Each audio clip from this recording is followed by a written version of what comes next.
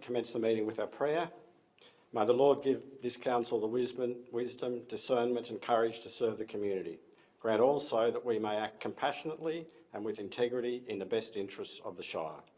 Through Lord Jesus Christ our Lord, amen. I'd like to show respect and acknowledge the traditional owners and custodians of the land and of the elders past, present and future on which this meeting takes place. Thank you. Okay, so as we commence the meeting, just remind that the meeting is recorded and those in attendance should refrain from making any defamatory statements. There are to be no recordings of this meeting without the prior authorisation of council. Okay. Applications for attending by video link. Neil, Mr. Chair.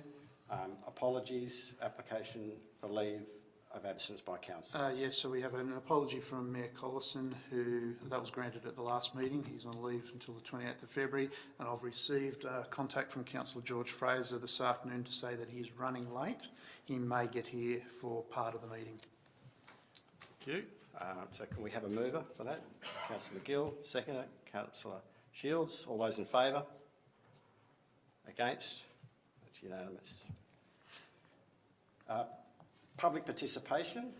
Yeah, Mr. Chair, we have two speakers in regard to item F2.1 Rosedale Estate Future Development. The first is Andrew Trustwell, the second is Darren Weeks, and we have one speaker in regard to CR 2.2 airport fees being Adam Myers. Okay, so if we could kick it off with Andrew. Okay, so if you would like to make your way to the podium, you're allocated 5 minutes. Andrew will notify you with 1 minute to go.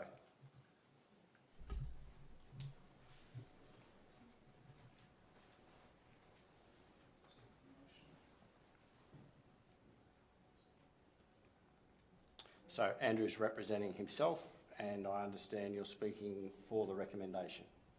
Yes, I'm just getting the motion. Okay. Page 95, isn't that right? 98. Thank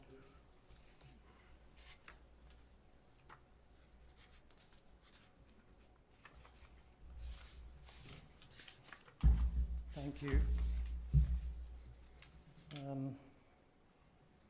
I'm a ratepayer resident in Murrurundi in the council district. I vote in the council district. I'm a solicitor. I'm not objecting to the motion except for item 4, which delegates authority to the GM to undertake all actions, and for the reasons I'm just going to give.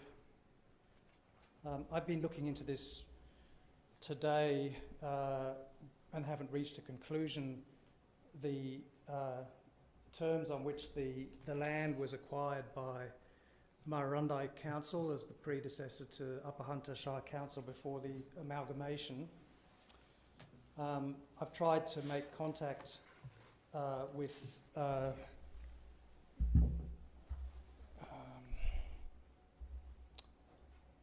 Tony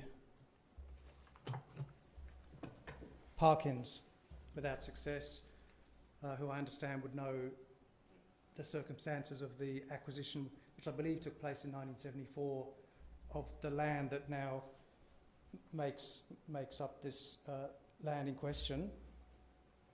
But I've had members of the town of Murrurundi say to me that the land was acquired as a land bank for the town. I don't know if that is the case, but it was certainly acquired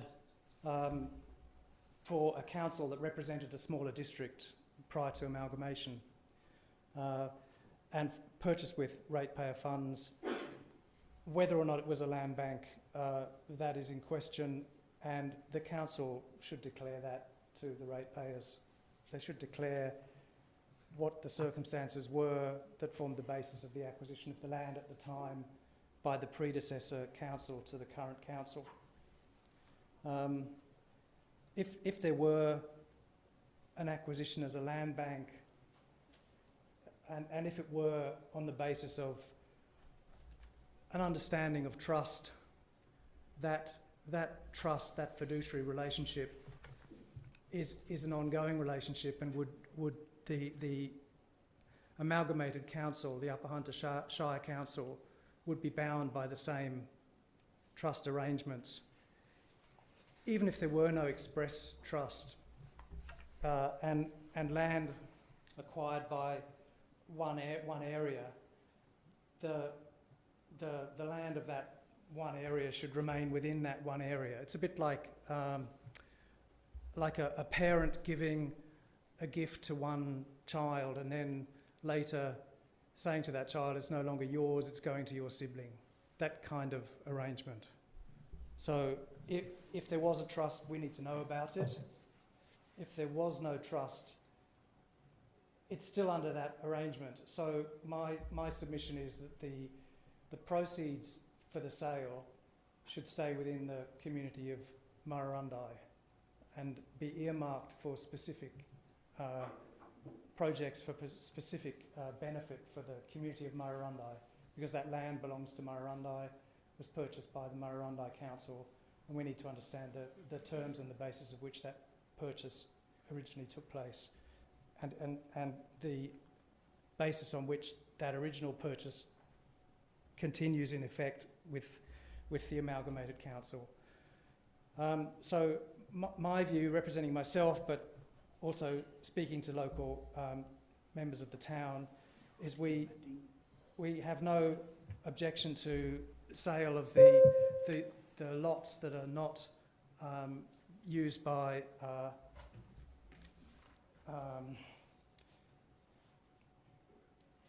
but used by the King of the Ranges. The King of the Ranges should retain its rights.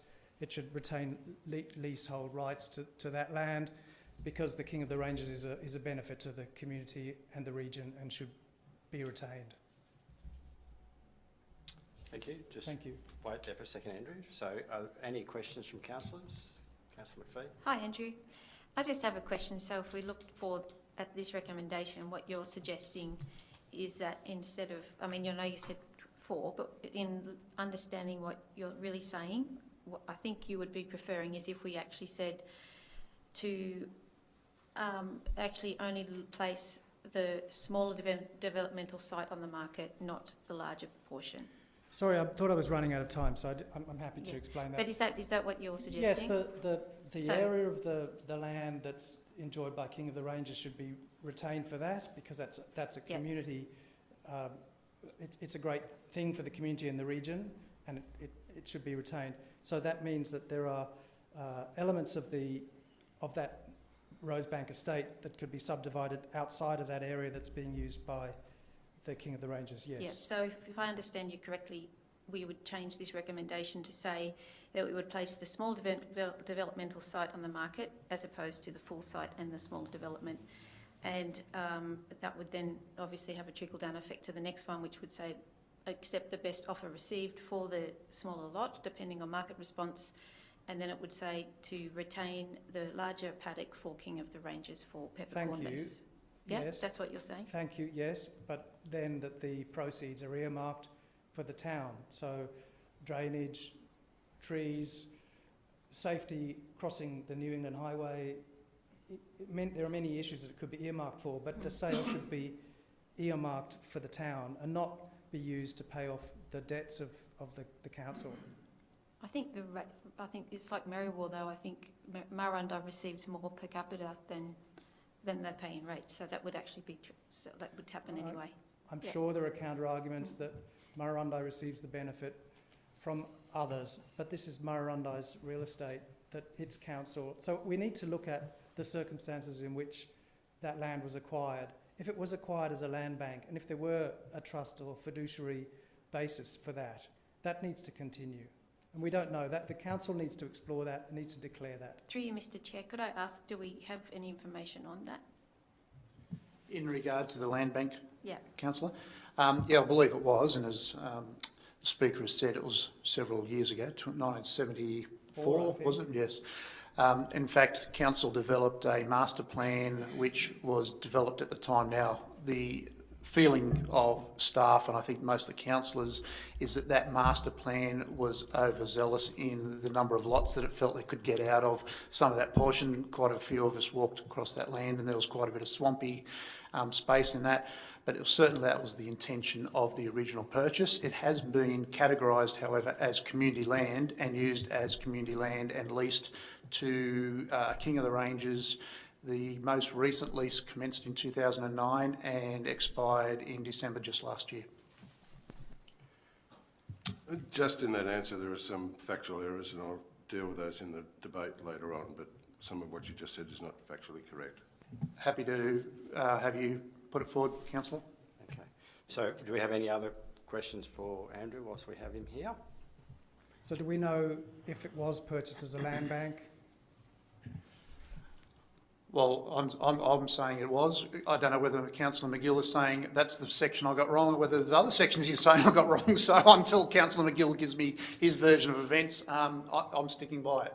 My discussion with the former Mayor of Murrurundi is it was purchased as a land bank. Okay. So I think you're right. I think we can deal with that in debate. So thanks for the question and thank you for the answers, Andrew, and thanks for the presentation. Thank you. Okay, so we now have Darren Wicks, and Darren is representing the King of the Ranges, and he's speaking against the recommendation. So same deal, Darren, 5 minutes. I'll give you a buzz when you've got a minute left. No, as I won't take up too much of your time. You're good? Yeah, I'm here as the president of the King of the Ranges. I'm here to let you know that if we don't have that paddock to run our event, we can't run our event. It's integral to being part of our event. It holds our cross-country course. It houses all our competitors. I understand that there needs to be a buffer zone between the houses and the grounds and stuff. So I don't know whether the mapping of it would impact that buffer zone and make the ground small, that paddock small. I'm not sure. I don't see it as a benefit to the community because it is a community grounds, community paddock.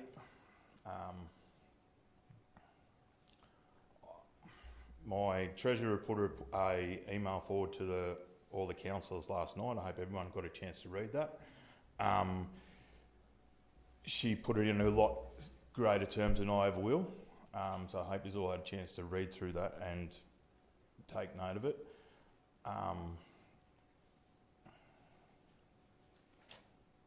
There are another 7 user groups that do utilise the whole area of the Rosedale complex. So some of them are fledgling committees. They all have opportunities for child participation. So I think most of them have under 8s and upwards. So there's all the kids is what the future's all about. So we need to be making sure we're looking forward at that.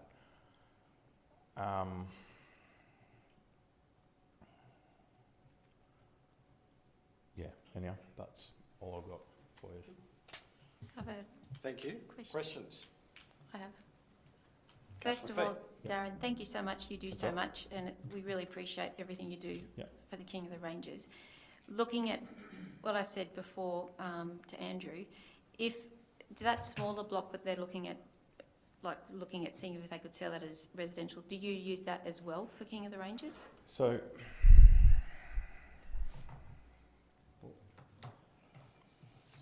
in 2024, when it was quite wet, there were people camping there. Right. Because the campgrounds that are set up for it, they couldn't get out into that paddock to camp because it was so wet. Yeah. So they were actually sneaking back up the hill and camping in that corner. That was a one-off year, but it has been used in the past. Yeah, it's just, the reason I'm asking is because in the report it talks about how the community has kind of agreed, or they've kind of said this might be an option to sell these, and I'm just trying to work out what would be a good option.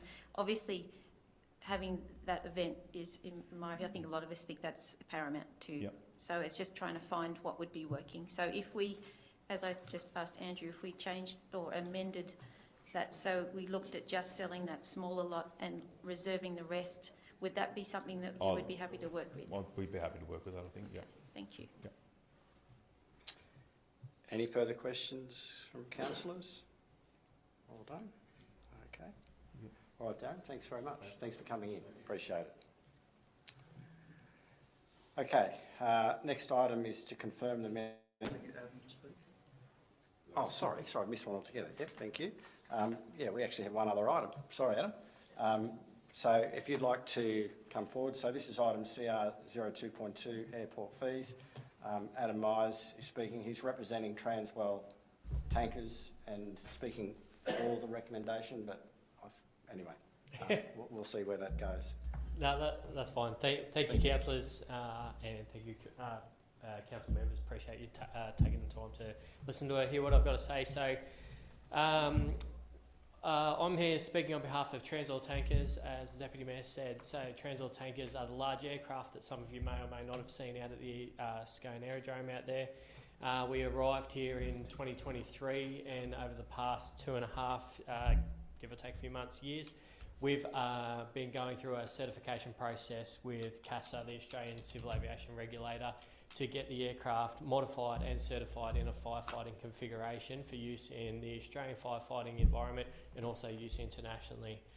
Over those 2.5 years, when we arrived in 2020, financial year 23-24, we were understood what the rates of using the airfield out here were. There was an increase between 24-25 and then a fairly significant increase in the current financial year. So I'm speaking on behalf of Transwell Tankers to request that we can, I guess, review those rates and potentially align them to a more national type approach. Although we have a fairly small footprint, despite the size of the aircraft, a fairly small footprint here in the region, we would love to use this facility and the central location being regional New South Wales to help grow and build hangars and bring in more people, more families to the community. I personally don't live here. I'm from Queensland, but I've spent quite a bit of time here now over the past 2.5 years and love the region. But our intent would be to actually grow that footprint and make it actually something significant that not only we are proud of as the only sovereign large air tanker operator, but the council in the region could be proud of as well. So yeah, unfortunately, if there is no alignment, we would be looking for more commercially viable options for us in the future. Don't need to go into the specific details of that. But there is absolutely a desire to stay here and support the region, support the local community, be a part of it. Happy to take any questions. Okay. So two things. Yep. I just wanted to make it clear to those present in the gallery and obviously watching online as well that this item actually sits in the confidential part of council meeting. We'll be discussing it. So we do two things. We can certainly ask questions of Adam now. But I'll put it to you, councillors, if you would like to request that he stay, if there are any questions that might impinge on that commercial and confidence issues, to be asked during that piece of the confidential session. I put it to you. You're asking for a motion, aren't you? Come on, are you going to do it or not? Yeah, go I on. would be in If he's favour. available, it would be of assistance. Yeah, I would be in favour of that if he's available to be. Happy to stay here for as long as you're happy. Okay, so I think we'll extend that invitation. Any questions for Adam while he's here now in the public forum? Well, I do have a question. So you're talking about arrival in 2023. Now, I'm assuming that what you're talking about is the aircraft arrived in Australia in 2023. I'm a reasonably regular visitor out towards the airport. The aircraft have only been there since, I'm thinking, sometime late last year. In terms of, I can't remember the date, but I do remember being surprised when they were there. So they haven't been in Scone for a very long time, have they? All three, no. No, so the first two went up and they were in Old Station, so a cattle property in a remote part of Queensland for a while. So over the course of that time, we've been progressively bringing them down as we receive certification and approvals through our regulator. So. And so they're here at the moment to prepare them and have the tanks fitted and get certification to become operational fire bombers. Yeah, so correct. So we are currently under the approval of the Australian Warbirds Association, which allows us to do the modifications that we need to do any flight evaluations, pilot training and testing to make sure they're current, and start to train our engineering staff to grow the capacity that we need. Right. Councillor McGill. Yeah, you've set up shop in Scone. You've obviously, as a business, you've made a lot of decisions. You've come to that position. Now you're telling us that the cost of the landing fees is making you think about moving on. Correct. That's a hard ask to actually hear. I mean, surely Scone still has the benefits that you thought it had from day one.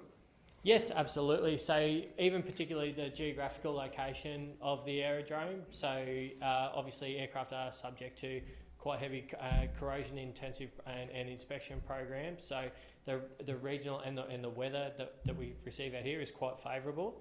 But noting, I guess, and I don't want to touch on something I'm not supposed to, I guess the unsurety about how the fee structure is currently being developed and the significance in the increase is something that's made us cautious before we, I guess, go further. Any further questions? I think we're done for now. So, thank you, Adam. No worries. Thanks, everybody. If you'd like to hang around, hopefully it won't be for too long before we get there. But No, we do you're fine. have quite a big agenda this evening. So, That's thanks very much. Okay. All right. So we'll now get to where I went before, which is the confirmation of the minutes. We had an extraordinary meeting held on the 15th of December 2025. Do I have a mover, please? Councillor McGill, Councillor Stoll seconding it. All those in favour? The ayes have it. No one against? No. Disclosures of interest? They're received, Mr Chair. Okay. All right. Can I move a procedural, please? Yes. Move suspension of standing orders to bring forward item, I've just lost it, 2.01 on page 98, the Rosedale Complex and estate. I was going to suggest that, but could I suggest we do it after we deal with the mayoral minutes? That people have come. I'm quite happy to deal with that. Thank you. Is everyone happy with that? All right. So we can still move that in that way. So we've got a mover, Councillor McGill, seconder. Councillor Stolz, all those in favour? Okay, so we'll go to the mayoral minutes and then we'll bring that forward. So those members of the gallery that came here for that item, which was F0201, we'll bring that forward. Okay, so we'll then move on to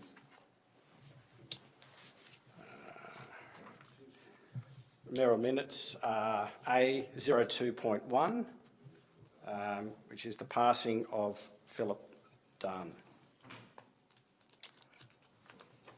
So Philip Dunn sadly passed away on the 4th of February 2026. Philip was a Shire engineer and then a Director of Technical Services and the former Scone Shire Council from 1982 until 1998.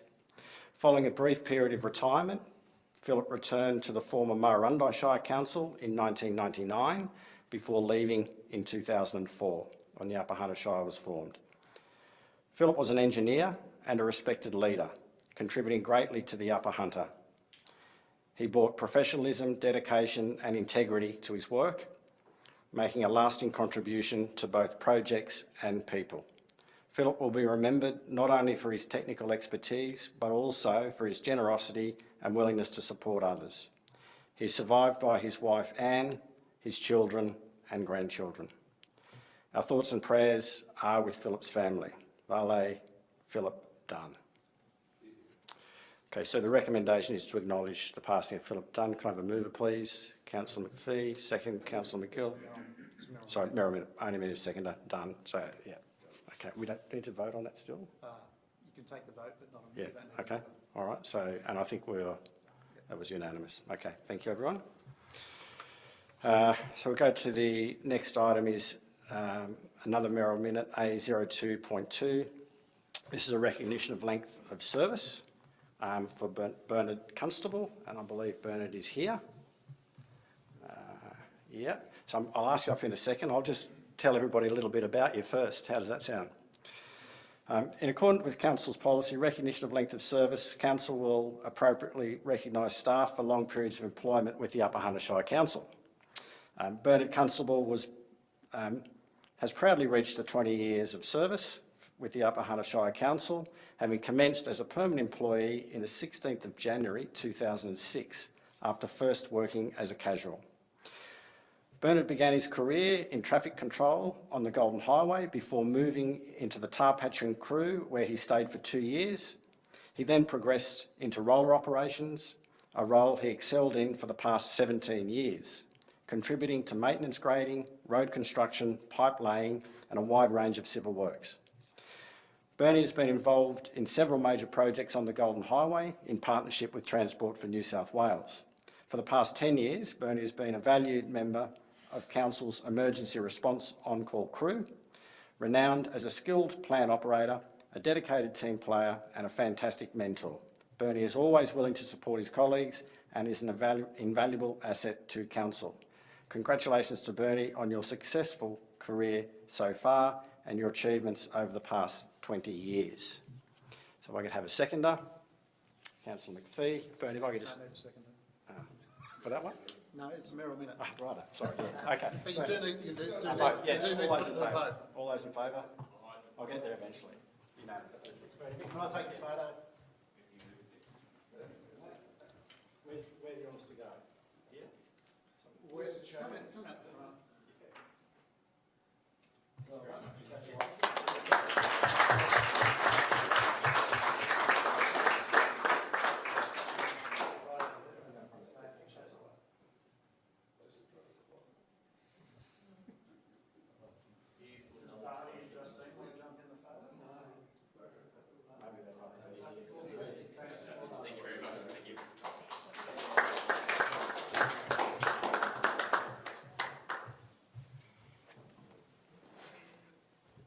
It's a shame we don't have a third Merrill Minute. I could get it right the third time. Anyway. That's all right. Okay, so moving on. I'll put my glasses over there, which was a great move. I'd like to go and grab those in a sec. So we're back to Councillor Mills' request to suspend standing orders. So we're going to deal with item F02.1, which is on page, can someone help me? 98. Thank you. I'll just also acknowledge that during that process that Councillor Fraser joined the meeting. Welcome, George. Okay. So, item F02.1 is the Rosedale Estate future development.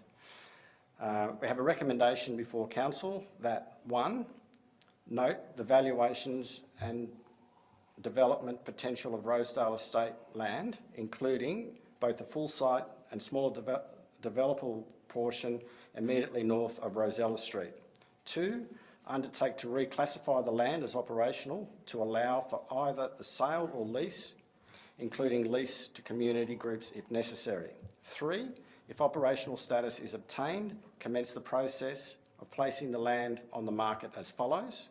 A, place both the full site and the smaller developable site on the market and seek offers for either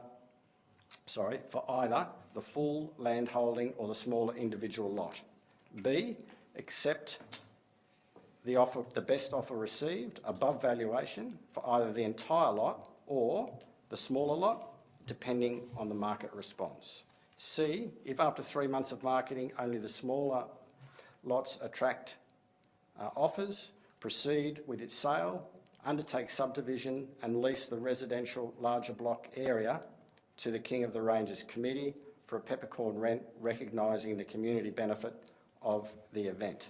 And 4, delegate authority to the General Manager to undertake all actions pursuant to the above. So that's the recommendation. Now, obviously, we can put forward whatever response we want to that, and in doing so, I'd also ask whether we can deal with it, that recommendation in its entirety in globo, or if we're going to make amendments, whether they can be again dealt together or separately. So I'll put it to you. I seek leave to move. Yep. I seek leave to move a motion, and I'm not basing it on the recommendation at all. I would move that Council note the valuations of Rosedale Estate land, including the full site and the smaller proportion immediately north of Rosella Street, and further that the master plan for Rosedale Estate be revised to reflect current community needs and desires, such as housing for the elderly and recreational facilities. And further, that on completion of the master plan review, the land be subdivided to separate such land as has been identified as potential for housing development, e.g. Rosella Street North, and that the developable land, portion of land so identified shall then be converted to operational land in order to facilitate the sale of said land, and further, when the saleable land has been converted to operational, commence a process of placing on the market the developable site and seek offers for the whole or individual lots. And further, that the remaining large, non-developable portion, otherwise known as the paddock, remain community land, and such land be developed for recreational use by the community and equestrian events such as King of the Ranges. And further, that at all times the ongoing security of tenure of the King of the Ranges event will be maintained, and further, that in recognition of the foresight of Murrurundi Council for having invested in the Rosedale Estate land on behalf of the Murrurundi community, any surplus funds raised by land sales shall be earmarked for projects in Murrurundi, and further, that the General Manager shall at each stage report progress to the Council and to the Murrurundi Community Advisory Committee. I so move. Okay, so we have a mover, that becomes the motion. Okay, and we have a seconder. So we can still have an amendment or a foreshadow to that, but... Can I just ask a question? Is that Sure. an amendment or is that a foreshadow? No, that's the motion. That's the motion. I know, but how, if someone wanted to amend the original motion? I know, but can I foreshadow? Councillors, if you wanted a different motion, you could foreshadow. If you want to make minor edits to that, you can do it in conjunction with the current mover, or if the current mover didn't accept, you could put forward an amendment. They're effectively your three options. Right. Yep. So I think that's clear. So Councillor McGill's moving, Councillor Williamson is seconding. Could I put in a foreshadow? You may. Can we just go back to the original, please? Just based on the report that said that if it stayed as operational status, if we put it to operational status, it would actually be easier to lease out, if that's correct, I believe. So if we could amend this recommendation for 3A to say just to place the smaller developmental site, so take out both the full site. So it's just the small developmental site on the market, and seek offers for full land holding of the smaller individual lots, accept the best offer received for the smaller lot depending on market response, and if after 3 months of marketing the smaller lot attracts offers, proceed with its sale and lease and continue to lease the residual larger paddock area for the King of the Ranges Committee for peppercorn rent. So essentially, as I asked the two speakers who were speaking to this motion, that we'd only just be we'd only be putting the smaller lots to market, and we would leave the larger paddock as is. Okay, so thank you, Councillor McPhee. So now... Just for clarity, as the mover of the original motion, I do not accept the amendment. Yeah, you don't have to. It's a foreshadowed motion. It's a foreshadow. Yeah. Understood. Yeah. So we're now back to the original motion as put by Councillor McGill. If you would like to open up the debate. Yes, thanks very much, Mr. Mayor. There's lots. The original recommendation from the staff. There's lots that's wrong with it. The opening premise is that we're going to take a community asset and ask the market what they think about it. In 2008, the market just about trashed the world. I know with my little business it went from profitable to marginal. I don't trust markets anywhere, and the market is not going to take control of that community asset in our town. The community just will not accept that. Where I took issue with you earlier on, the master plan map that we've all seen, which is the one that shows Rosella Street and all the potentials. The map, sorry, the pink one we've all seen in the past. That's actually listed as the master plan diagram. So there was a master plan developed. It was after amalgamation. It was done without the consent of the people of Murrurundi. It was forced upon us by Lord Mayor Rose and others. They were working on the mistaken premise that Bickham was going to become a coal mine and Murrurundi therefore needed some housing for the miners. None of that happened. Certainly the Murrurundi representative on UHS at the time objected to it going ahead, that master plan. My concern now is that that master plan has never been rescinded. If we go out to the market and a developer says, I'm buying the whole lot, and by the way, here's a master plan that says I can put 80 odd houses in it, we're left with no defence. We need to revise the master plan before we go forward to reflect current community needs and desires and to remove any ambiguity about which bit we are selling and which bit we are not selling. At some point, in order to do the Rosella development, that land has to have been expunged off the bigger block. At some point, we've turned that into an operational in order to sell it. So the process has been done before, can be done again. Send some of it to operational, maintain the rest as community. That will still work. Apparently it worked last time. However, I've been informed that Section 34 of the Local Government Act requires public notice of any proposed resolution of revoking community status. So we have a long process to go before we can even get to that.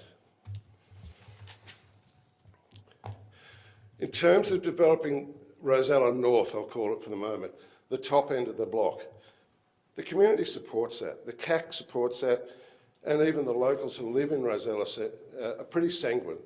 They always expected there to be further development. So in order to identify that area and take it to market, to subdivide it, you're not going to get any objection. However, the paddock is a whole different matter. We all agree that the paddock is undevelopable. There's a non-permanent watercourse through it, there's a swamp.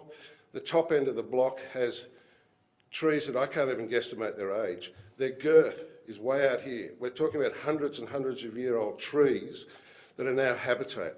We're talking about neighbours who have identified koalas in the neighbourhood. So there are a lot of impediments to just clear felling the block and starting a housing development. Murrurundi, median age is sitting at about 54.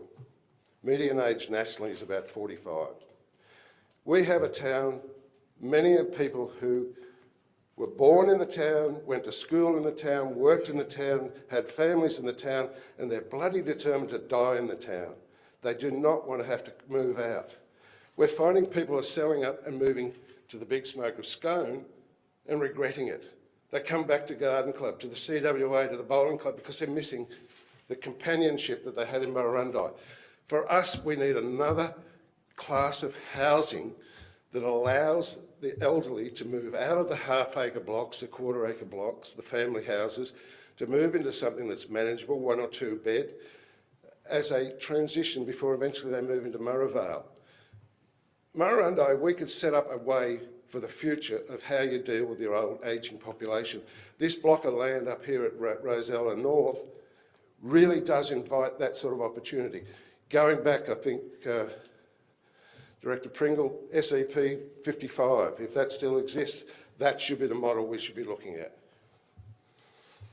What we want over in the other paddock, the paddock, we don't expect council to pay for it today, But we do expect the council and the community to work together to develop a recreational facility. You know, a bridle path, a cross-country track, a dog exercise, a playground, some gardens, the sort of things that the town is looking for. Already people with horses are having issues as to where they can exercise. We can turn this into a fabulous facility for them, but it will take money and it will take grants and it will take outside interest. We are not asking council to pay for it. But I see some sort of hierarchy. We go Ailic, White Park, Rosedale. There is a hierarchy of equestrian events and we can be part of that. As Darren said, King of the Ranges is only one of 8 organisations that are regular users. They're significant contributors to the economy in Murrurundi. But King of the Ranges is only 1 week a year. Murrurundi wants a facility for the other 51 weeks of the year. We want something that we can proudly use for the whole community and keep King of the Ranges. It's also worth noting that King of the Ranges and Council have just entered a 5-year sponsorship agreement. So I can't imagine we're about to say thanks for the sponsorship, but you can't come back. I am firmly of the view, having discussed with previous councillors from Murrurundi, that that block of land was bought as a land bank. And that on that basis alone, I say Murrurundi community gets any dividend. If there's any surplus in sales, and quite frankly, there will be a small surplus, the way things, cost of development goes, but any surplus really should go back to the Murrurundi community. And I'm sorry, Greg, I'm not supporting a blanket delegation. We want to see reporting all the way through the process.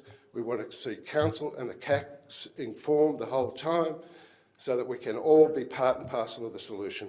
This is an amazing opportunity for the future of Murrurundi. Okay, thank you, Councillor McGill. Thank you. I figured you're up to your last page. Another one over. I haven't written on this one. You've done well. No, but really it's an opportunity for Murrurundi and for the Shire generally. Please, let's take the opportunity. Okay. Thank you. Do we have any other people speak for or against? So do we have anyone against first? How does that sound? Councillor Fraser. I'm only partially against the proposal by Councillor McGill. I note that the proposal of Councillor McGill includes 8 paragraphs, only 7 have been noted on the board. Which one did you remove? Oh, you did rewrite.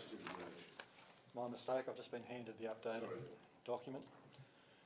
I'm broadly in support of what Councillor McGill says save for paragraph 6, which I think sets a precedent that we need to be avoiding as part of the wider council, with the parochialism of retaining assets and monies for certain areas. I think we need to get past that. We are now everyone is part of a larger shire, and if we want to earmark certain monies and assets coming from certain areas, if we want to go down that path and apply that rule blanket to the whole of the community, then Scone's going to do very well, and the smaller communities outside of Scone are not going to do as well. I think what's good for the goose is good for the gander. In the circumstances, I'm in favour of what Councillor McGill proposes. I'm not save for paragraph 6, and for those reasons. Thank you. Councillor McPhee. I know there are a lot more words and a lot more paragraphs there, but I don't think it's that dissimilar to what we were passing to start with if we amended it just to say that we would maintain the larger paddock. I think it's a lot of what you're saying through Mr Chair to Councillor McGill is a really good foresight. However, I think the market needs to decide, first of all, who will be purchasing these. I mean, we've got plenty of options that we can go to developers who can provide the accommodations or the housing that we think are needed. But I think by earmarking it and narrowing it, we're actually limiting ourselves to what we can develop in that area.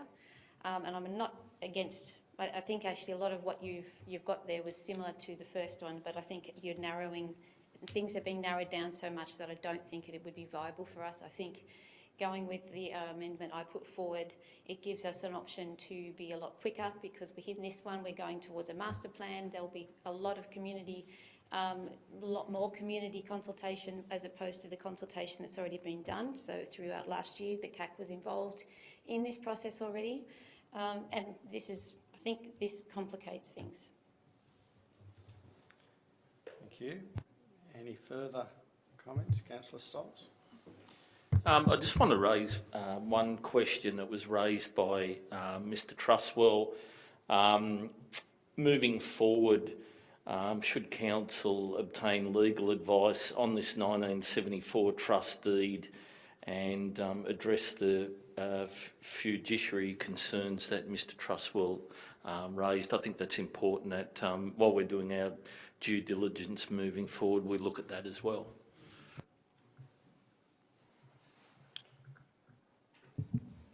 Councillor Williamson. Thank you, Councillor. And I thank Councillor McGill for the motion he's brought forward today. I possibly won't be quite as verbose, but I hope that continues. Very simply put, I'm a fan of developing that little piece that's undeveloped at the moment at the end of Rosella Street, and I'd like to see the rest of it left as is to be used by the equine community and anybody else who might want to go walking or whatever down there. We've had some discussions about why that land was purchased by the council at the time. If anybody has the time to go through a lot of microfiche, all of those documents are spread between, some of them are up at the council chambers there, but most of them are in the UNE Records Department up in Armidale, as well as down in Parramatta. So if you have a lot of time and enjoy microfishing, the documentation is there. I have gone through a little bit up at Armidale, and I haven't come across the particular one we want, but it is bound to be amongst there. But for all intents and purposes, I think the councillor's motion does primarily what I believe in there, and I think it should be a community space. So thank you, Councillor McGill. I'd just make one comment, and perhaps in the form of a question, so that we understand the foreshadowed motion clearly. But as I read it, both motions are saying the same thing in terms of how we deal with the land. The only two differences are how prescriptive we are in relation to what post-sale. Is that correct? No. Okay. Master plan issue too. And a master plan. Okay. I've raised a couple of issues. If we're doing the debate properly, I'm about to speak to close. Yeah, that's fine, but this might help you. I might get some more information out of you in your close with my questioning. So they're definitely not the same in the context of the dealing with the land. So they're both saying retain the paddock as so described as community land, but approve the sale of the smaller portion for Rosella. They're both saying that, is that correct? No. Okay. I'm saying that there is in existence, whether it's been rescinded or not, there is in existence some sort of master plan, because we've seen a drawing that reflects that. That needs to be reviewed before we can do anything, because that master plan says there's going to be 80 houses there, and we're all in agreement there will not be 80 houses there. Yeah. We need to review that, step one. Step two, and the most important one, is I say we do not do a complete conversion of operational land. We just operational land the bit we're going to sell and maintain the community land on the other section. So they're quite distinct differences. Yeah, to clarify, reading through the notes on page 100, it says if reclassification is obtained, that's to operational, place both the full site and the small developmental site on the market.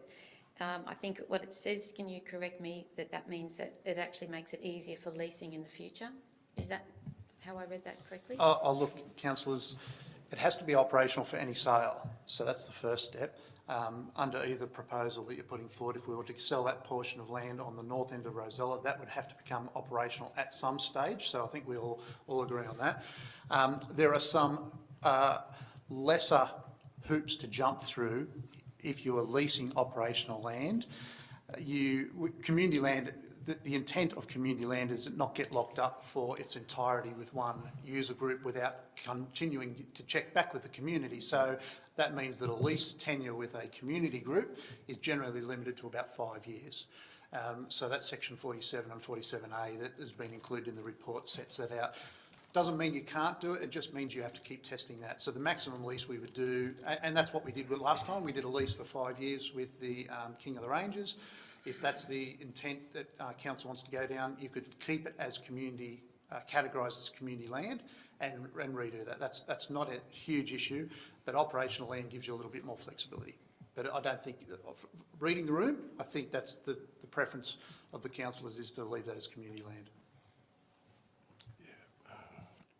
Okay. I can either respond or close. Close. Yeah. Just on that, there is the community land, the nation of, at the moment, there's a lease with King of the Ranges to protect that piece of land that they say they need for the event. If we convert the whole thing into a recreational facility, it would be possible for them to surrender that lease, but just to rent the Rosedale estate as part of the rental for the whole week that they've got it. So the complex and the estate would become one rentable item for 1 week a year rather than the 5 year that you're concerned about.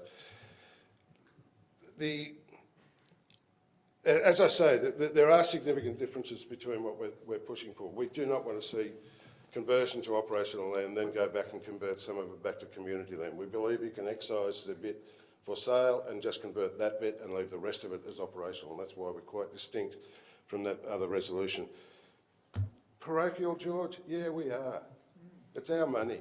No, it's not. Look, the view of many in the community up in Murrurundi is that they contributed via their rates and via other mechanisms to the purchase of that land. It was sold to them as an option that here's a block of land, we can land bank that, it'll future-proof some aspect of this council. The amalgamation comes through, everything gets thrown on its ears. Suddenly there's a new proposal to turn it into a housing estate, which no one in Murrurundi particularly wanted. So yeah, we are looking out for the dividend. We've stomached a lot of stuff. There's the old, people are still calling it Scone Council. That's how little work we've done to actually bring about a harmonious community. People are still bitching about a black shed and a fear that selling this will pay off some of that debt. They want to see a dividend for Murrurundi. Pure and simple. Thank you. I'd love to make a comment. We have to put it to a vote. I wish we have another foreshadow because I'm actually in the middle. Okay. Mr. Chair, just to remind you, there is a foreshadowed, so that will only get considered if this is lost. Yeah. Yep. Yeah. So we're going to the motion as put by Councillor McGill, as described. So can I ask, all in favour? Well, looks like all against. Councillor McPhee.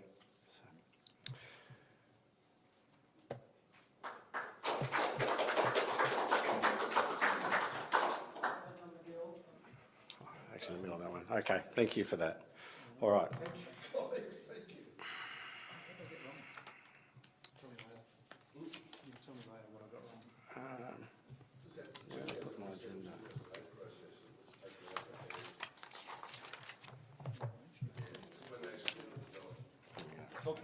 Get back to this. Okay.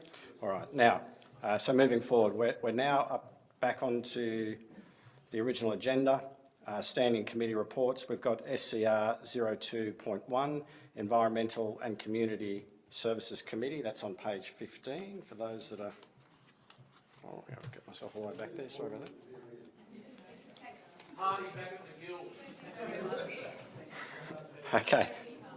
We'll just wait 1 second if the room settles again.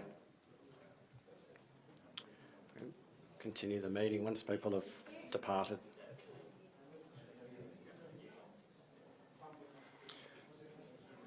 Lesser of two evils. I was right down the middle. I was right down the middle for that. Anyway, I could have quit.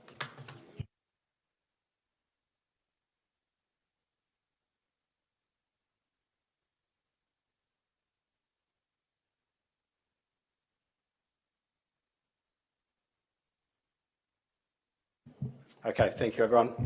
We're back on the order of things. So the recommendation is the council adopt the minutes of the Environment Service Committee meeting held on the 10th of February, attachment 1, and 2, approve development application number 58/2025 for the demolition of existing buildings and construction of new amenities blocks and multi-purpose community building, lot 7007 DP 1026505, 103 Cassilis Road, Cassilis, subject to the conditions of consent in attachment 2. Are we able to move those en globo? We are. Move Councillor McGill, second Councillor Stoles. Just one comment on that, the Cassilis development. Obviously, some of the assumptions they made about water and sewerage will need to be sorted out before this goes to finality. But yeah, there are issues. Okay, any further comments? We're all done, so I'll put that to the vote. All those in favour? It's unanimous. The next item is C0202, and that's on page 24, if I'm correct.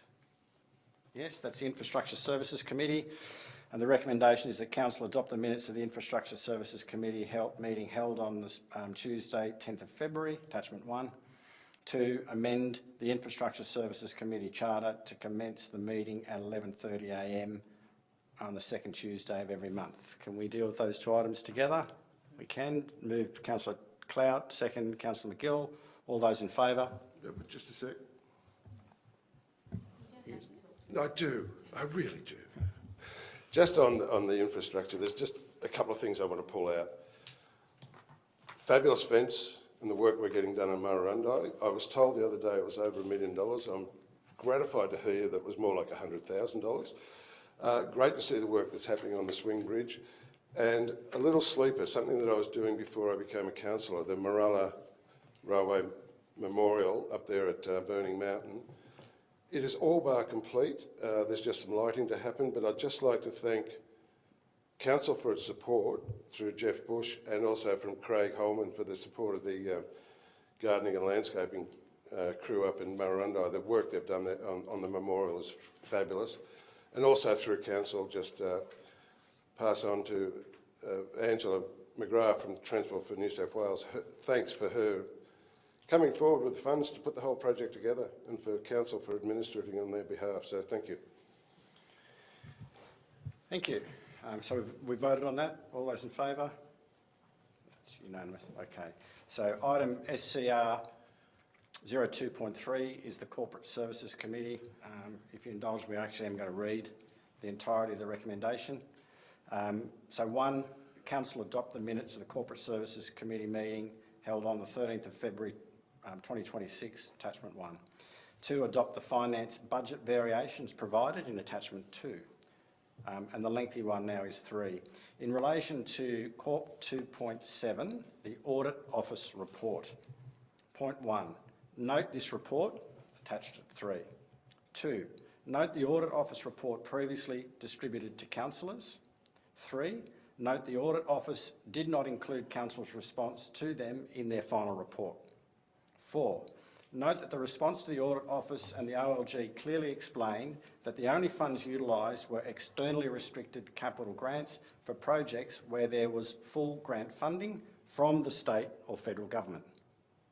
It is noted that no other externally restricted asset or restricted reserves, such as Section 94 or 64 development contributions and water and sewerage funds, other than those approved by the Minister, have been utilised to meet shortfalls.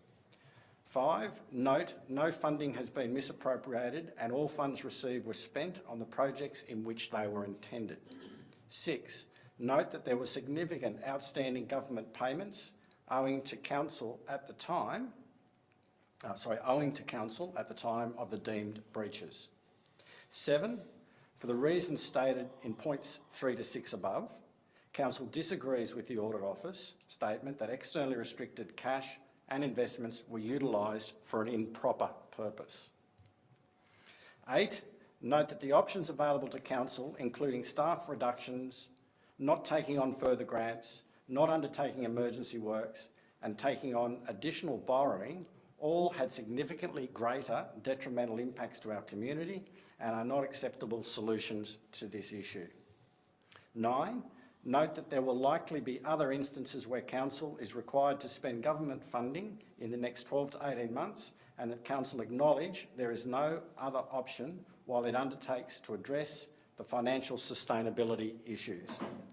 10, make a formal application to the Minister is seek approval to utilise cash externally, restricted government grant funding in advance to the level of amounts outstanding to the Council from other government agencies for capital infrastructure projects and emergency works for a period of time while Council continues to address its cash flow issues and improvement to financial sustainability, potentially 12 to 14 months. 11, lobby the state government for appropriate grant funding for projects and that rural councils in particular are not in the invidious position of breaching the Local Government Act by accepting grants that are only paid after Council has met all ongoing costs. 12, note that councillors and staff were unaware of the breach when it occurred and that the movement of funds was conducted without consultation. And 13, councillors to be updated within 30 days upon any future movement of restricted funds for uses other than specifically agreed. Okay, that ends section 3. 4 is to endorse the submission, the federal inquiry into local government funding and fiscal sustainability, which is attachment 4. So, are we happy to move? No, I'm very confused because the next item of business is the Audit Office report, which is the same terminology. That's an attachment, councillors. Right, okay. It's attachment 3, which is referenced in point 3, Roman numeral 1 above in the resolution. My other point is that I don't think we came back out of suspension of standing orders. By default we have. Now, good point. Okay. Yes. All right, so are we happy to move in globo for those 4 items? Move Councillor Clout, seconder, Councillor McPhee. All those in favour? Unanimous, you may. Yeah. I'll talk slowly now. This just once again highlights the frustration that local or regional councils have to go through. We're promised money by state and federal governments. They tell us to go ahead. They promise us grant funding. They then drip feed it to us. We have to pay our contractors to ensure that we have keep our good relationships. And it's just this thing where if actually the state and the federal governments actually did what they were supposed to do and fund diligently, we wouldn't be in these situations.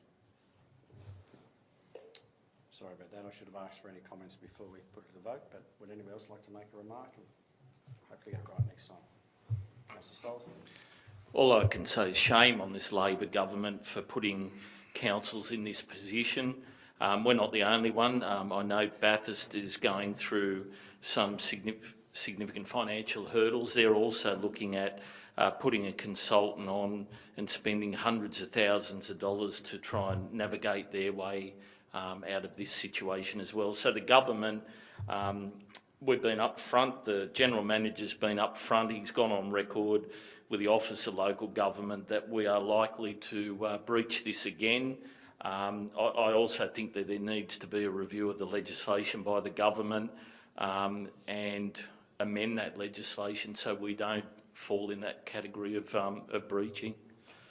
Thank you, Councillor Stoles. Councillor Figo, thank you. Okay, next item, development reports. So we did put it. I did it beforehand though. Oh, we'll do it again. We'll do it the second time if you like. Yep, okay. All those in favour? Okay, unanimous. We could always do a redo back to when I did the standing orders too, I suppose.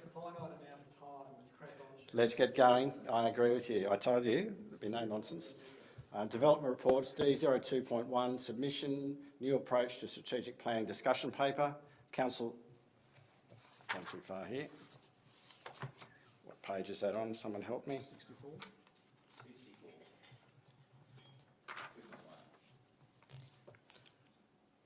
Oh, okay.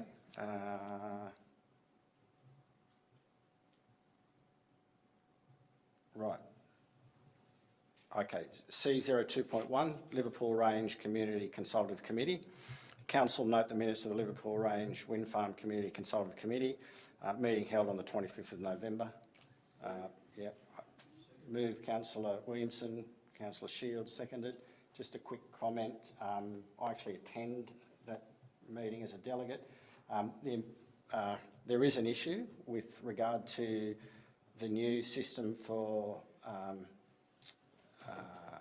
observing biodiversity offset credits. It's the Strategic Offset Delivery Agreement, SODA, the state government. It does have an impact on us, and I think as a council we should be keeping our eye on that. We already have some land that has been allocated and purchased for the purpose of satisfying the SODA requirements up near Marundai. So that was one thing. The other thing is the social impact studies. I mean, this is an important point that goes across the whole of the impact of these renewable energy developments, and more specifically, state significant projects. The social impact studies have identified time and time again that the data that's used for these studies is either old, not available, or just simply incorrect. And I think we have to be mindful of that and keep restating that all of the time, because these studies are what actually underpins the decision making, and the data just isn't correct, or as I said, old or wrong. So just a couple of comments for you. I think we can move now to put that to a vote unless anyone else wants to comment. All those in favour? Unanimous. We're now to C02.2, the Arts Upper Hunter Board. That's on page 71. Council note the minutes of the Art Upper Hunter Board general meetings on the 16th of June and 5th of September, and note the letter received from the Arts Upper Hunter Board too. Move, Councillor McGill, second, Councillor Williamson. Any comments? Yeah, look, thanks, councillors, for putting me on the Arts Upper Hunter Board. It's my happy hunting ground. We were successful in getting some funding through Arts Upper Hunter for a puppetry component of the Marundai Festival, for which I'm very grateful. But they've also supplied funding also to the Marundai Museum, and also I think for Kiora and a few other projects. So Arts Upper Hunter, small budget, but they do spread it very thinly and very well. Two-person operation, councils all up and down the valley. Great organisation, and it's really doing its job. Thank you, Councillor McGill. We're right to put that to a vote. All those in favour? Against? That's unanimous. Next item is going to be C2.3, which is the Gummin Place Advisory Committee meeting. The recommendation is that Council note the minutes of the Gummin Place Hostel Advisory Committee meeting held on the 11th of February. And item number 2, appoint Suzanne Duggan as a member of the committee. Moved Councillor Clout, second Councillor McGill. I'll just make one quick comment, and that is that there's 2 other items that came out of this. One was a discussion around the longevity of this committee. The charter says that it's there to support the expression of interest. We're almost at the conclusion of that. A number of the committee members have expressed a desire to remain involved, and some perhaps not post that process. So the obvious thing is to deal with that as and when we have a new operator. The other issue that's important to Council is that there were some funds raised. A committee has been formed through the Friends of Gummin Place, and they've established a set of guiding principles for the management of those funds, and that will be done in consultation with the operator, which is currently Council. Obviously, in a month's, 2 months' time, it will be someone different. So that was an item of some contention, has been resolved, and to the satisfaction of all those parties involved. There's no further comments. We'll put that to a vote. All those in favour? Unanimous. Thank you. And we now to F02.1. We've done that. Did you do D? D, no, that's correct. It comes before F. D02.1, submission of a new approach to strategic planning discussion paper. The recommendation that Council endorses submission to the New South Wales Department of Planning, Housing and Infrastructure on the new approach to strategic planning discussion paper, so-called, provided at attachment 1. Moved Councillor Williamson, second Councillor McGill. Any comments, questions? Nothing? To a vote? All those in... Don't allow them to do it, is what I say. It's not... You bunch of bastards. No, the submission I support. It's just, this is not a way forward for this council at all. It's a way backwards. Thank you. No other comments? We'll put that to a vote. All those in favour? You guys have it. Unanimous, in fact. Right. We're now... We can skip F, in fact, because we've done it. So we are now at General Administration Reports. G, 02.1, Planning Agreement Offer Upper Hunter Battery Energy Storage System. The recommendation that Council accept the offer from Mayswood Proprietary Limited to enter into a planning agreement with respect to the Upper Hunter Battery Energy Storage System. The terms which require Mayswood to make a community contribution equivalent to an annual rate of $150 per megawatt installed battery capacity to be delivered through annual payments of $120,000 indexed to the CPI for the operational life of the project. We have a mover, Councillor McPhee, seconder, Councillor McGill. Any comments or questions? Councillor McPhee. We've been lucky, I'm sure Councillor Shields will also agree, that the collaboration with this company has been fantastic. They have brought us every step of the way. They've taken on feedback. They've come back to us. They've got somebody who has come and she knows the area. She even knows how to pronounce the town's name and the street names. And what I like about this project, it's not creating additional infrastructure as opposed to where it is. It actually hooks into the grid already, so there are no major transmission lines being put through. She's also come and asked us about those things and what kind of structures they should look like. And if you're going to do something like this, then I would really strongly suggest that companies like EnergyCo take a leaf out of their book in the consultation and the social licence they've given. I could not say anything other than thank you to this company for taking all of our concerns on board.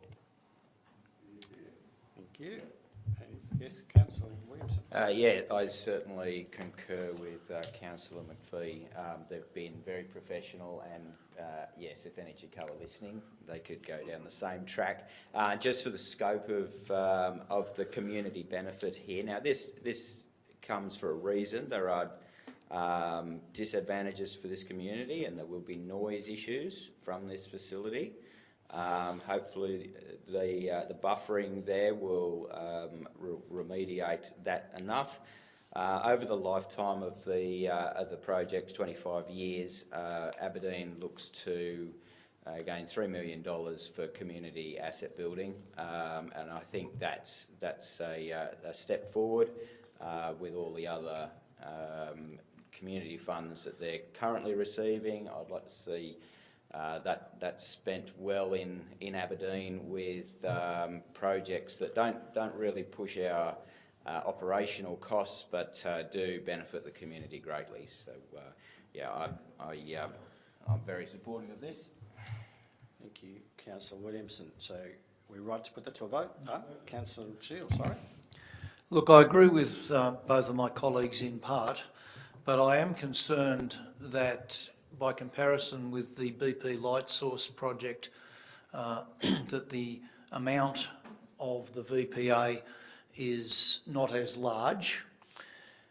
And I question a couple of things. One is that the way this project operates is they take power out of the grid in the middle of the day at virtually no cost, and they store it to send back to the grid when the peak energy demand is on. And I do wonder whether $150 per megawatt hour is a reasonable contribution to Aberdeen. I do have a problem with that. And the other problem I have, other issue I have, is how the power is being delivered to the site. At the moment, I find it objectionable that they would put large towers basically down the boundary of the Aberdeen Common. I'd like to see that go underground. But That's just my personal preference, and given some other discussions we've had today, I would be concerned of the visual amenity that may well impact on other issues. So I do have a doubt about the amount of money that's being negotiated here. I think there may be some room to push that a bit harder. So having expressed that concern, is that a request that you're making for, I mean, or are you just making that as a statement? Well, I guess I'm making a statement, but I looked at the information that the Director of Environmental and Community Services sent me. There's some guidelines that come out of the state government. One of the issues that it talks about is when a BESS is on rural land. This land is not rural, it is zoned industrial. The argument or the reply to that was, well, it's surrounded by rural land. Well, that might be nice, but I just have some concerns that we're not getting the best possible deal. Councillor McGill? Yeah, just one of those concerns you did raise about the towers and taking the power back out to the grid. I raised when we met with them at the Aberdeen CAC that whole issue about going underground, burying the wires. Cost prohibitive, and they claim the maintenance is higher and they can't do the same maintenance they can do when the wires are hanging in the air. Other than that, the advice to the Aberdeen community is 120 grand a year, $3 million. Think big, don't think small. Come up with some good projects, because otherwise this money just gets squandered on nonsense. Come up with a good idea and the monies are there. So Councillor, I totally agree with that comment. Just a quick comment. I think the 150 watt megawatt calculation is a standard that they use for all of these VPAs for energy generation. So the fact that Lightsource BP is producing, and they'll only get paid for what they produce. If it's less, we get paid less. It's not the full amount. So anyway, just reference there. So the recommendation is there's no suggestions of any change to that, correct? Sorry, just to clarify, this is about you pay on the capacity, not on what they generate or use. So it doesn't matter if they don't use power that day, you pay on the capacity. Right. Unlike the Lightsource BP one, which, correct, yeah. So it could be a lot less. Anyway, so my point is we're happy with the recommendation as it is. There's no suggested change to that. That being the case, all those in favour? Against? Okay, that's unanimous. All right. G.2.2 regional motions for the 2026 National General Assembly of Local Government. The recommendation, one, that Council endorse the regional motions identified by the Hunter JO Board and their lodgement to the 2026 National General Assembly of Local Government. And in addition to that, two, that we endorse us actually lodging those motions to the National General Assembly on behalf of the Hunter JO member councils by the closing date of the 27th of February 2026. Yep, so with your indulgence, so I'll do that. I'd like to make a small addition, if I may, point 3 to the recommendation, being that we endorse the lodging of the motions that we put forward for the New South Wales LGA State Conference back in May, and actually went through in August last year, I think. This is with regard to asking for a review of the rating structure for mining offset, and B, for the review the legislation with regard to the new renewable energy project. So it is exactly the same two motions that we put up to the state. I'm just suggesting that we put this up again, but to the federal conference. Okay. So just to check for Robin, we've got it moved by Councillor McGill, second by Councillor Williamson. Is that correct? Or the other way around? Other way around? Yep. Okay, done. So any comments or questions on those 3 points? Happy to hear them all together. Should we put that to a vote? All those in favour? And that's unanimous as well. Okay. We now go to G 2.3, which is the Goulburn River Solar Farm Community Enhancement Fund Advisory Committee. That's 119, if I can get myself there. And the recommendation is the council appoint 2 councillor representatives to the Community Enhancement Fund Advisory Committee and 2 call for expressions of interest from residents of the Upper Har Shire local government area, residents within 30 kilometres of the solar farm, who have not entered into a financial agreement with the solar farm company and can demonstrate the skills and experience relevant to the committee's charter to be appointed to the committee as community representatives. So we can deal with this separately or together. If we just can effectively nominate 2 council representatives, we can certainly do them together. So would anyone like to nominate or someone or themselves? I would move the recommendation with the additional that Councillor Stoltz and Councillor Ryan be nominated.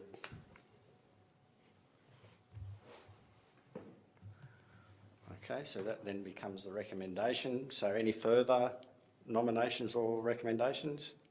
I'm happy to second that. Okay, so seconded. Any questions or comments to either points? All done? All right, so all those in favour? We're unanimous.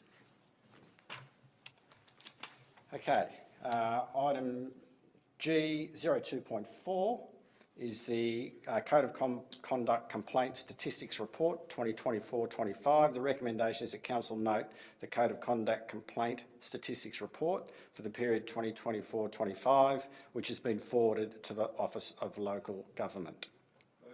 Moved Councillor Williamson, seconded Councillor Shields. Any comments or questions?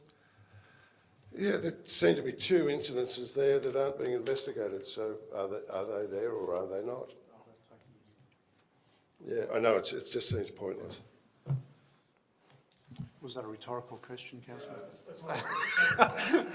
We have incidents that were not investigated in the previous council term, and at the end of the council term we simply got a letter from the OLG saying they're wiping the slate clean and they're starting again. There's 2 at present. Any further comments or questions? There's about 357 in the Snowy Monaro Council. Do they all relate to the one person though? Okay. All right. Okay, so no further questions. So put it to the meeting. All those in favour for the recommendation? That's unanimous. And we are up to G 02.5. Reschedule meeting dates for the April 2026, April 2027 Ordinary Council meetings due to Anzac Day gazetted public holiday. Yeah. So it suggests that the dates are moved. Move the dates to the 28th and 27th respectively. Move Councillor Williamson, seconded Councillor Shields. Any comments or questions? All those in favour? All those in favour? Against? So we've got every... No, actually, the resolution's wrong. No, I believe the resolution's correct. It's the 28th for the 2026 year and it's the 27th for the 2027 year, councillors. Okay, now that we've clarified that, let's start again. So we're clear on that. All those in favour? Okay, it's unanimous. Thank you. We're on now to infrastructure reports. I 02.1, Scone Indoor Sporting Facility. The recommendation is 1, Council endorse the Scone Indoor Sports Facility Master Plan draft, attachment 1. 2, endorse to exhibit the Scone Indoor Sports Facility Master Plan draft for a 28-day public consultation to receive community feedback. And 3, receive the revised master plan with community feedback incorporated. Move those together. Councillor Williamson, seconded Councillor Shields. Any questions or comments? Councillor McGill. I don't like these processes. You get funding, you go and do a report, and then you end up with something that's so expensive you're never going to do it. I'm getting sick of it. You know, we've seen too many of these studies done for no actual outcome. And I just see that this is a fabulous set of drawings, but the budget that they're projecting, this council's never going to afford that. So We take this out to the public and get their expectations up, and the reality is they're never getting it. It seems to me a futile exercise. Councillor Williamson? No. I was just going Sorry. to add to the comments of Councillor McGill and just point out that this isn't council money that's being spent on this report. It's money that's been allocated. Yeah, sure. So it's not us blowing money on pointless activities. It's money that's been given to us by the state government to blow on pointless activities. Councillor Williamson? You got the floor. Yeah, I've often been a great supporter of the master plan of sporting facilities. In this case here, Scone has required an upgrade to our indoor sporting facilities for some time. I think this project has a lot of merit for our younger generation. Now there is a lot of cost. It is very cost prohibitive at this current time, but it would be an interesting project to look at from different funding models. Obviously the traditional model of recent times has been just grant funding straight as a lump sum from a state or federal government department. However, this might need a bit more creative thinking. It might require some private funds. But this will be of great benefit to the sporting community of Scone going forward, with such sports as basketball especially, but you're seeing such burgeoning increases in the participation rates of sports that they're just quite frankly making up at the moment. The pickleballs, and all of those lines of things, and it's keeping our people, and especially our young people, active, and I think that's very important. But on the funding, it'd be wonderful to find some public-private sort of arrangement here where we can get people within the community and corporations, whatever it be, put their money where the mouth is and make this a reality. I think it's really important for Scone and the Upper Hunter. Thanks. Councillor Williamson. Councillor McPhee? This is council.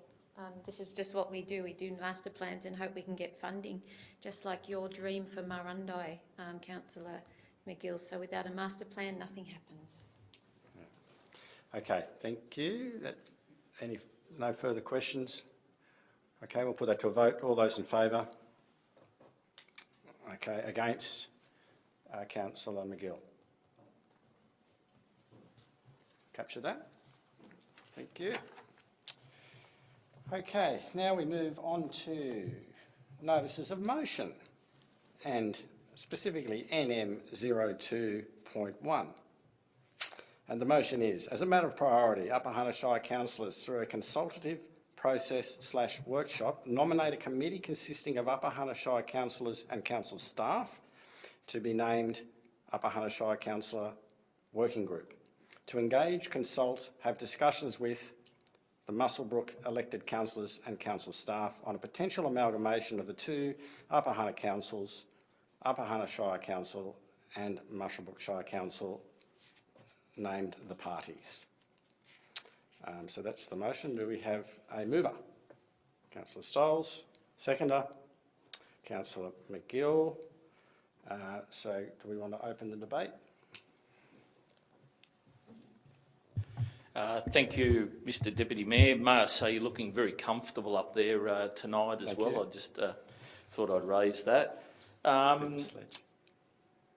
Been listening to a little bit of the Skyhooks over the last few days, and some of the tunes in there led me to a verse that had fit in their song. Amalgamation is not a dirty word. I think previously that's what we get hung up on, just the reference to amalgamation. There was a lot of ugly amalgamations when Liberal undertook that process a number of years ago. We've moved on from those, and we're looking at sustainability, viability into the future. And as we've covered tonight and we've discussed regularly, we've got a long-term financial plan which expires in 2034. At the moment, we are a little bit cash-strapped, as are other councils. Could this discussions open up something larger? We've been flirting with Muswellbrook for a while in a romance sense. We've got the Hunter JO, we've got their branding. Is this, sitting down, having a discussion, taking it to the next stage of the relationship? It concerns me moving forward, and we're not the only council in this predicament. Assets that are ageing, that need repairing or demolishing and rebuilding, our water, our sewer, there's significant costs involved in those projects, and how we're going to get the money out of the state government moving forward. We've had a great run with grant funding, although it's been a little bit delayed in the payment, which has caused us some headaches. But moving forward, we don't have a crystal ball. Would it be the case that the grant funding is going to get tighter? Could we be competing against Muswellbrook actually for some potential projects and grant funding? So some of those things I've mulled over for a period of time, and as outlined in the rationale and further particulars in the notice of motion, the way businesses are doing business these days in other shires, and in our shire, we look at police emergency services, how they're structured, hospitals as well, to fall in the in the LGA. So we've still got the operations unaffected, but we've reviewed and streamlined management and administration. So rather than moving forward, cutting, as the general manager's identified, cutting staff operationally and cutting back services to the community is not the way forward. Rate rising our residents every 4 years with SRV isn't the way forward either. We are reliant on the government to kick the tin significantly, particularly when we're looking at, water filtration systems for here in Scone, and the significant cost of that. Potentially Muswellbrook starting on their pipeline from Denman to Sandy Hollow. That's a federal government grant, but to be successful in getting maybe that pipeline into Merriwa, alleviating the poor tasting water for residents there. Would that be, better achieved? Would we have more clout if we were larger in that sense? We're not talking a super council like the Central Coast Council. They've got about 370,000 residents. We're talking 30. Would the government treat us any more favourably if we were in that size, that sphere? How would the government look at it? How is the government going to look at, the next few years, 2034 and onwards, with 128 councils in New South Wales going with cap in hand for funding? So mindful of our ageing pools, some of the other infrastructure we need, like I touched on with the water filtration, sharing that plant, would that be better if we were a larger LGA? So I'm not supporting or stating we should amalgamate. There's a lot of homework and a long way. It may not be viable, but I'm raising that we need to turn every rock over, look around every corner to have a look at what's there to make us financially viable. And, some of the ideas, like Councillor Shields, putting a tax on the trains wasn't welcomed, but we need to think outside the box, and that's merely what this is, a thought, approaching our colleagues who are on our doorstep. Anything north, west of Singleton is the Upper Hunter Shire, so we're all geographically in the same spot. So we've got the same state member, federal member, so would that work? Thank you. Thank you, Councillor Stiles. I was just about to hit the bell. The General Manager wouldn't let me. He wanted you to keep going. I don't time, Councillor. No. I shouldn't I? No, it's okay. Okay, do we have anybody to speak for or against the motion? Yeah, look, I seconded as a pro forma to allow the debate to get up, but the message from Murrurundi is we don't support this notion. We're 38 k's from Scone already and we feel remote. That put us at another 67 k's from Muswellbrook. It just doesn't work for us. I'm very sympathetic to what Councillor Stoltz is saying. Structurally, there are major problems with local government in the regional areas, right across the state. 128 councils is far too many. Some focus on regional councils. Getting rid of state governments would be the great achievement. There are a lot of things that need to change, that will not change. Amalgamating with Muswellbrook will not solve those issues. What will solve those issues is expanding on our engagement with the Hunter Joint Organisation, sharing resources. Already we share procurement. There are other areas where we could work with those other councils through the JO. Arts Upper Hunter has representatives from all those council areas again. Upper Hunter, Muswellbrook, Singleton, Dungog. Similarly, the Weed Authority, Upper Hunter, Muswellbrook, Singleton. We are working very closely with those other councils already. I think coming out of Councillor Stoltz's motion tonight, if we can work on more cooperation with those other councils, that will be to our advantage. Amalgamation will not be, and perhaps the General Manager could report to us at the next meeting the benefits of JO and where we can expand our engagement with the JO. Thank you. Thank you. Anybody else like to speak for or against the motion? Councillor Shields.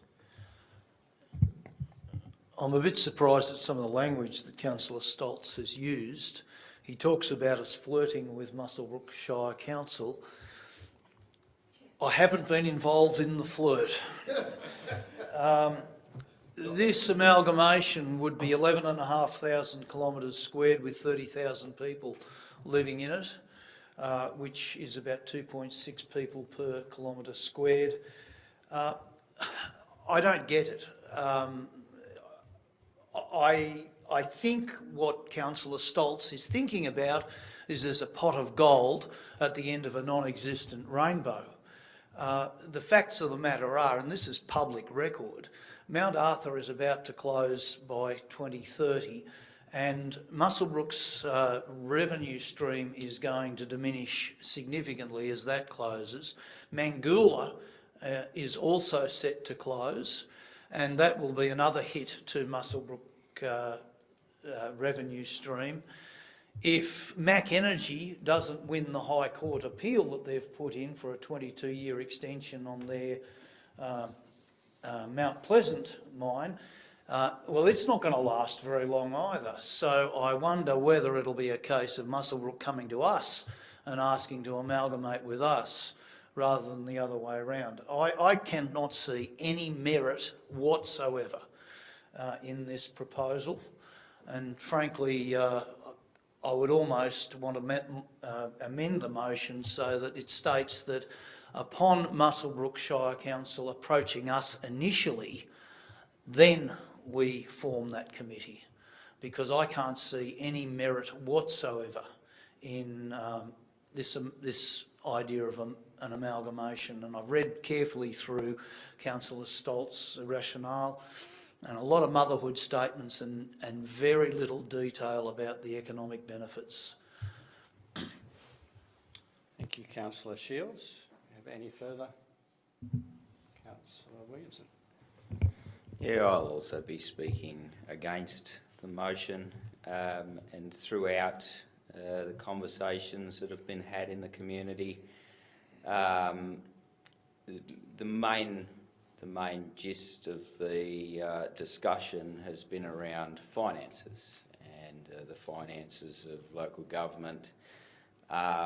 Yet we have two shires which have diametrically opposed land use ideologies, and I think this is the heart of why this can't be this thought can't be furthered. Mines versus the agriculture and the natural capital of the Upper Hunter Shire. The value of that natural capital has a lot to be said for.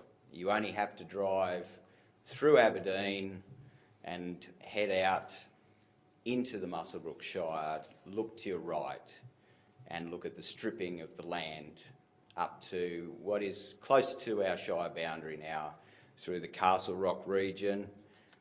Do we want this Shire to look like that? I don't believe anybody here does, and I think that's the main crux of the issue here.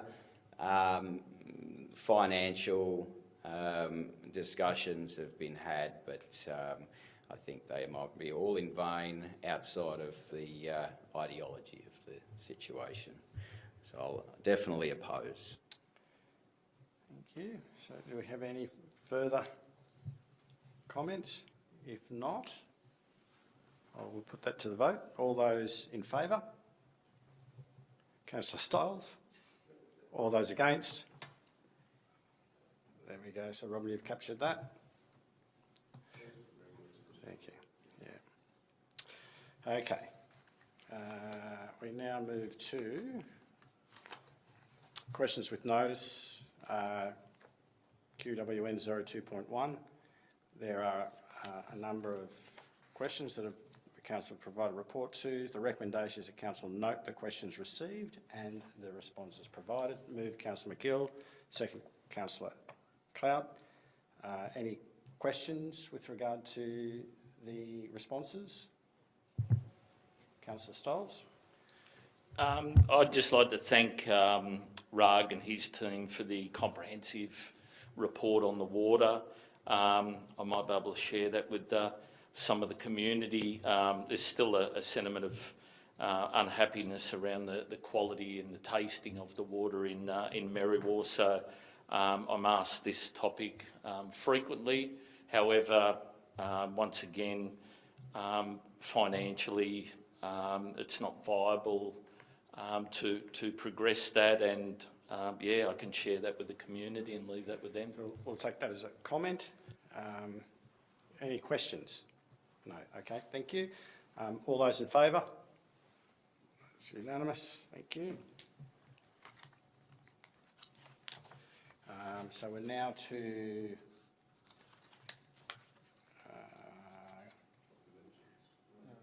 Corus. 167 appreciation. Yeah, COR 02.1, appreciation messages and the quarterly report, which is on page 167, so bear with me, there it is. And the recommendation is that Council note the appreciation messages received from customers and members of the community during the last quarter. We have a mover, Councillor McGill, second Councillor Shields. Any questions or comments? No, very well. Put it to a vote. All those in favour? Against? That's unanimous.